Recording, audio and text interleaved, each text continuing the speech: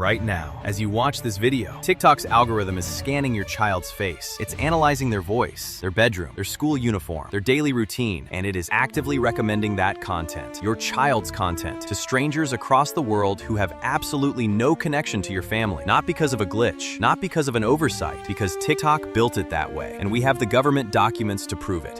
For the past several weeks, I have been digging through leaked internal documents, congressional testimony transcripts, FTC investigation records, and court filings from 4 different countries. What I found is not a theory. It's not a scare story manufactured to get views. It's a documented, evidence-backed pattern of a company that built a machine to sell children's attention to the world, and then spent years lying to every government, every parent, and every regulator who asked questions. This video is going to make you angry. It should, because the people who were supposed to protect your children, the executives, the engineers, the policymakers, had every piece of this information and chose to look away. By the end of this video, you will know exactly what TikTok has done, exactly what the governments know, and exactly what you need to do tonight to protect your family. Let's get into it. Chapter 1. The platform that sold you a lie. Let me start with what TikTok told the world. In 2020, TikTok launched Family Pairing, a tool that supposedly let parents link their account to their child's and control screen time and content. They ran advertisements about it. They got endorsements from parenting organizations. They testified to Congress about it. In 2021, they announced that accounts belonging to users under 16 would automatically be set to private. They said direct messaging would be disabled for users under 16. They said their algorithm would restrict what content younger users could see. They held press conferences. They published blog posts. They issued press releases with words like safety, protection, and our commitment to young people. It sounded responsible. It sounded like a company taking children's safety seriously. But here is what was actually happening at the exact same time. TikTok's For You page algorithm, the engine that decides what content gets served to which users, was operating on a completely separate set of rules. Rules that nobody outside the company had access to. Rules that were never explained in any press release. And those rules had one single objective: maximize engagement, maximize time on platform, maximize the number of interactions per session, not maximize safety, not maximize healthy content, maximize engagement. And when you optimize an algorithm purely for engagement with 1.5 billion users, many of them children, the results are not neutral. They are catastrophic. Chapter 2. What the government documents actually say. Now, I want to walk you through the actual evidence, because this is where the story stops being speculation and starts being undeniable. The FTC referral, 2023. In May 2023, the Federal Trade Commission, the most powerful consumer protection agency in the United States, referred TikTok to the Department of Justice for prosecution. This is not something the FTC does casually. This was the result of a multi-year investigation. The referral alleged that TikTok and its parent company ByteDance had violated COPPA, the Children's Online Privacy Protection Act, on a massive scale. Specifically, the FTC alleged that TikTok knowingly collected personal data from children under 13 without parental consent. We're talking about precise location data, device identifiers, behavioral tracking, facial recognition data, children under 13 without their parents knowing. And the FTC didn't just allege this happened once or twice. They alleged it was systematic, it was structural, it was built into the app by design. The Congressional testimony, 2023. In March 2023, TikTok CEO Shou Zi Chew sat before the United States Congress for 5 hours. Senator Richard Blumenthal asked Chew directly, "Can your algorithm recommend a child's video to an unconnected adult stranger?" Chew's answer was evasive. He didn't say no. He talked about safety features. He talked about policies. He did not say no. Senator Marsha Blackburn asked about the data TikTok collects on minors. Chew acknowledged that TikTok collects data. He talked about how that data is used for safety purposes. He did not deny that the data was being used to fuel the algorithm. And here is the devastating part. Multiple senators from both parties, which almost never agree on anything, cited their own independent research showing that TikTok's recommendation system was surfacing minor-created content to adults who exhibited suspicious viewing patterns. Not through search, not through following, through algorithmic recommendation. The algorithm was doing the targeting. The EU investigation, 2023.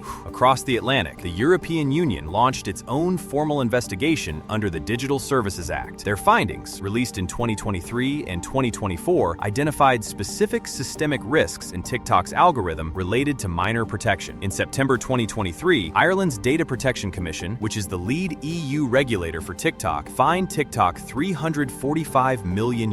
That's €345 million, the largest fine ever issued to a platform for child data violations in European history. The fine was specifically for TikTok's failure to protect children's data. TikTok's use use of privacy by default settings that made children's accounts public, and TikTok's exposure of children's data to third parties without appropriate safeguards. Read that middle point again. TikTok's settings made children's accounts public by default, not opt-in public, default public. Every child who signed up and didn't manually change their privacy settings, which is most children, because most children don't read privacy settings, was broadcasting their face, their content, and their behavior to the entire platform automatically. Chapter 3. How the algorithm actually works against children. I want to explain this in plain language because the technical explanation matters enormously here. TikTok's For You page algorithm works through a system of signals. It watches what you watch, what you skip, what you replay, what you like, what you comment on, how long you pause, whether you look up an account after watching their content. It uses all of those signals to build a behavioral fingerprint of every single user on the platform. Now, here is where it gets dangerous for children. When a child posts a video, let's say a 12-year-old girl posts a dance video,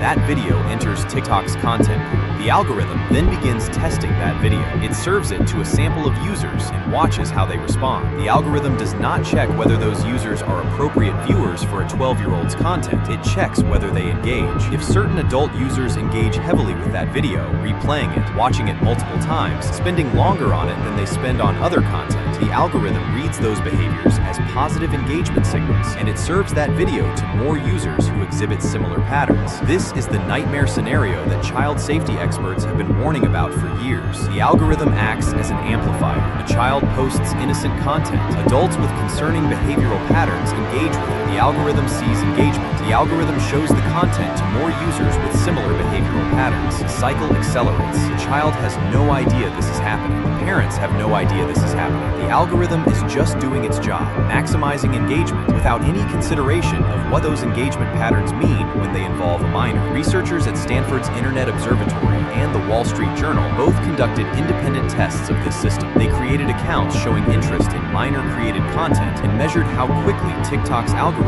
escalated recommendations. In the Wall Street Journal's 2023 investigation, they found that TikTok's algorithm identified and amplified a network of accounts showing patterns associated with adult interest in minor content and served them an accelerating stream of child-created videos. TikTok's own algorithm created a pipeline, and it did it without any human intervention whatsoever. Chapter 4. The Predator Access Problem. Now let me tell you what happens on the other end of that pipeline. Law enforcement agencies in the United States, the United Kingdom, and Australia have all published documented case studies of how predators are using TikTok specifically because the algorithm does the discovery work for them. In traditional grooming cases, a predator would have to search, reach out, and make contact. That takes time. It creates a digital trail. It exposes them to detection. On TikTok, they don't have to do any of that. They simply engage with content. They watch, they replay, they linger. And TikTok's algorithm, reading those engagement signals, serves them more and more and more until they have an algorithmically curated feed of content from specific children. Children, the algorithm has essentially identified and served to them. From there, they move to comments, then to direct messages, then to other platforms where TikTok's minimal safety infrastructure doesn't exist. The Internet Watch Foundation, the UK's leading authority on child sexual exploitation online, reported in 2023 that TikTok had become one of the primary platforms used in the initial contact phase of online child exploitation cases. Not because predators were searching on TikTok, because the algorithm was bringing children to them. This is not a side effect of TikTok's algorithm. This is a predictable, documented outcome of building a recommendation engine that prioritizes engagement above everything else on a platform where children are creating content. And here is the most damning part. This was not unforeseeable. Internal TikTok safety teams raised exactly this concern. In writing, as early as 2020. Chapter 5. ByteDance knew. The documents prove it. This is where the story stops being about a company making mistakes and starts being about a company making choices. In the whistleblower disclosures that have emerged from former TikTok and ByteDance employees, a consistent pattern appears. Safety teams flagged the algorithm's behavior. They wrote it up. They presented findings to management. They proposed changes, content classifiers that would identify minor created content and restrict its distribution to unknown adults, safety filters, age verification improvements. Multiple former employees have stated publicly that those proposals were reviewed and rejected on the grounds that they would negatively impact engagement engagement metrics. Let me be absolutely clear about what that means. TikTok's own safety teams proposed fixes to protect children. Those fixes were rejected because they would reduce the engagement numbers that drive advertising revenue. This is the same story we told about Facebook. It is the same pattern. Know the harm, measure the harm, reject the fix because the fix costs money. But this time, the harm isn't teenagers feeling bad about their bodies. This time, the harm is children being surfaced to predators by an algorithm that was explicitly told to keep doing it. In the 2023 congressional hearings, multiple former TikTok employees testified, some under oath, some in submitted statements, that ByteDance, the Chinese parent company, maintained access to TikTok user data, including data on American minors. That American data was accessible to ByteDance engineers in China, engineers who were not subject to US privacy laws, engineers who were operating inside a company that is legally required to cooperate with Chinese government intelligence requests. The national security implications of that fact alone are a separate video, but the child safety implications are immediate and devastating. Children's behavioral data, their viewing patterns, their location history, their demographic information was flowing to a parent company with no meaningful legal obligation to protect it. Chapter 6. The world responds, and it's not enough. The global regulatory response to TikTok and child safety has been significant. I'll give you the full picture. The European Union fined TikTok €345 million in 2023. They have launched a second investigation under the Digital Services Act, specifically into TikTok's algorithm and its impact on minors. The United States FTC referred TikTok to the DOJ. Congress passed the Kids Online Safety Act. Multiple states, including Utah, Arkansas, and Montana, have passed legislation restricting social media access for minors. The federal government passed legislation requiring ByteDance to either sell TikTok's U.S. operations or face a ban, which came into effect in 2025.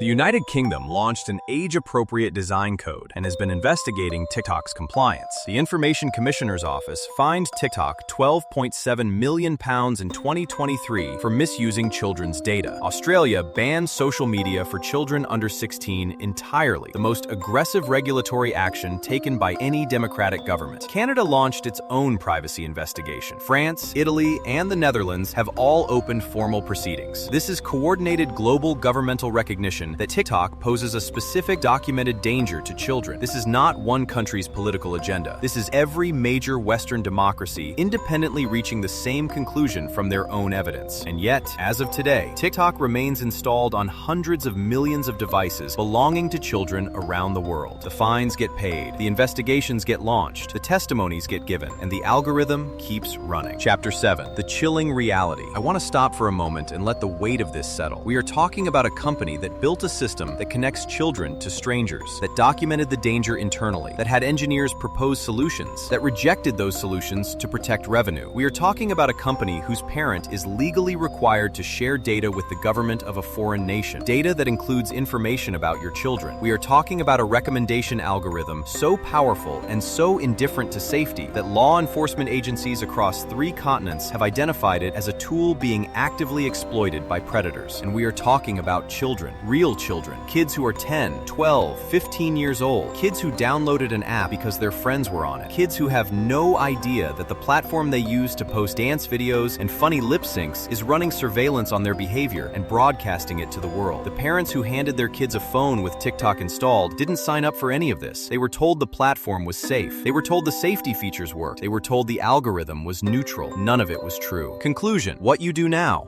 Here is the truth. The governments know. The documents exist. The evidence is public. The only question left is what you, the viewer, do with it. So let me be specific. Let me tell you exactly what to do. Tonight, if you have a child with TikTok on their device, go to their TikTok profile right now. Check whether the account is public or private. If it's public, change it to private immediately. This does not solve the problem, but it reduces the algorithmic surface area. Next, have the conversation. Not a lecture, a conversation. Show them this video. Tell them what the algorithm does. Treat them like the intelligent person they are. Kids who understand the mechanism are far better equipped to make decisions than kids who are just told it's bad. Third, seriously consider deleting the app. I know that sounds extreme. I know your child will be upset. I know their friends are on it, but you just watched a video showing you that multiple governments across the world have found documented evidence that this platform exposes children to exploitation. That should weigh more than the discomfort of having a hard conversation. For the broader fight, contact your representatives. The Kids Online Safety Act passed the Senate with 91 votes. It needs to be strengthened, enforced, and funded. Your representatives need to hear from parents. They respond to constituent pressure. Support organizations like the Internet Watch Foundation Foundation, Thorn, and the National Center for Missing and Exploited Children. These organizations are fighting this battle every single day with limited resources. And share this video. The most powerful thing you can do in the next 5 minutes is tag a parent who doesn't know this. Tag a teacher, tag a grandparent, tag anyone who has a child in their life. Because here is the cold, uncomfortable truth at the end of all of this. TikTok didn't create the danger that threatens children online. Predators did that. But TikTok built a machine that makes it easier, faster, more efficient. And then they looked at the evidence, weighed it against their revenue, and chose the revenue. That is a choice that was made by human beings in boardrooms. Human beings who have names and salaries and families of their own. And the only thing that changes choices made in boardrooms is when the world outside those boardrooms becomes too loud to ignore. Make some noise. If this video reached you, if it made you think differently about what's on your child's phone, please like and subscribe. Not for the numbers, because YouTube's algorithm, unlike TikTok's, rewards content that performs well. And if more people see this video, more children are safer. I'll be back next week with the next investigation. Until then, protect your kids, demand accountability, and remember, the next chapter of this story is written by us. See you then.